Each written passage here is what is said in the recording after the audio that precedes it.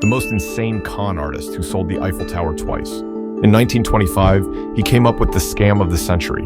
In Paris, the city of romance and grand dreams, one man decided to rewrite the rules of the game. This man was neither a king, nor a politician, nor a magnate. He was a master of deception. His idea seemed so audacious, it bordered on madness, to sell the most famous building in France for scrap.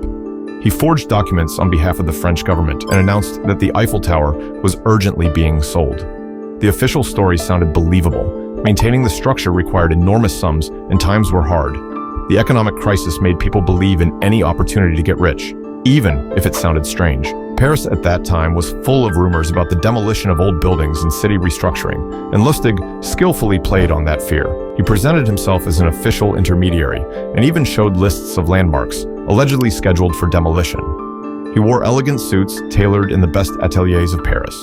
He spoke impeccable French, easily switching to German or English when needed.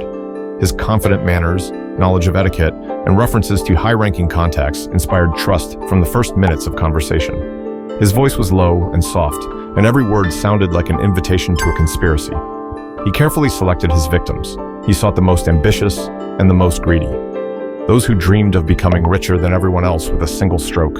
He wasn't looking for naive fools. His targets were people convinced of their own exceptionalism, ready to risk everything for a chance to make history. He especially liked choosing those who boasted about their connections but lacked real influence. They were easier to convince of the deal's plausibility. He rented an expensive suite in a prestigious hotel. He welcomed guests in luxurious surroundings where every detail screamed status. He took victims on private tours of the tower, showing them secret documents with official seals and emblems.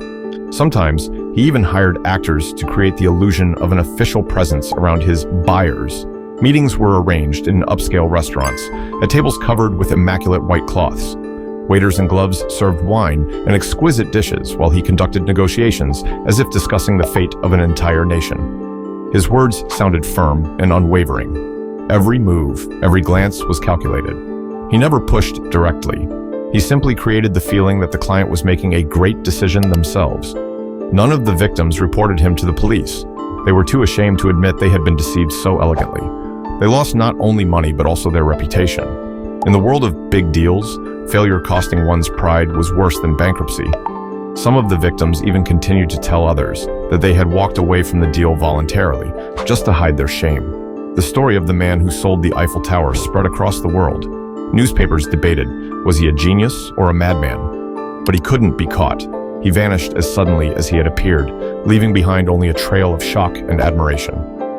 Even years later, his name surfaced in articles about the most incredible scams in history. French police later recognized him as one of the most sophisticated con artists of the 20th century. His methods were studied in police academies, and his tricks were copied by less talented followers. But no one ever managed to replicate his success. His name was Victor Lustig. He went down in history as the man who sold the Eiffel Tower twice and got away with it. His name became synonymous with the perfect con, daring, refined, and lethally effective. Victor Lustig proved that the greatest weapon of a con artist isn't fake documents, slick talk, or even a flawless suit. The real key is absolute belief in the game. And as long as he believed, the whole world believed with him.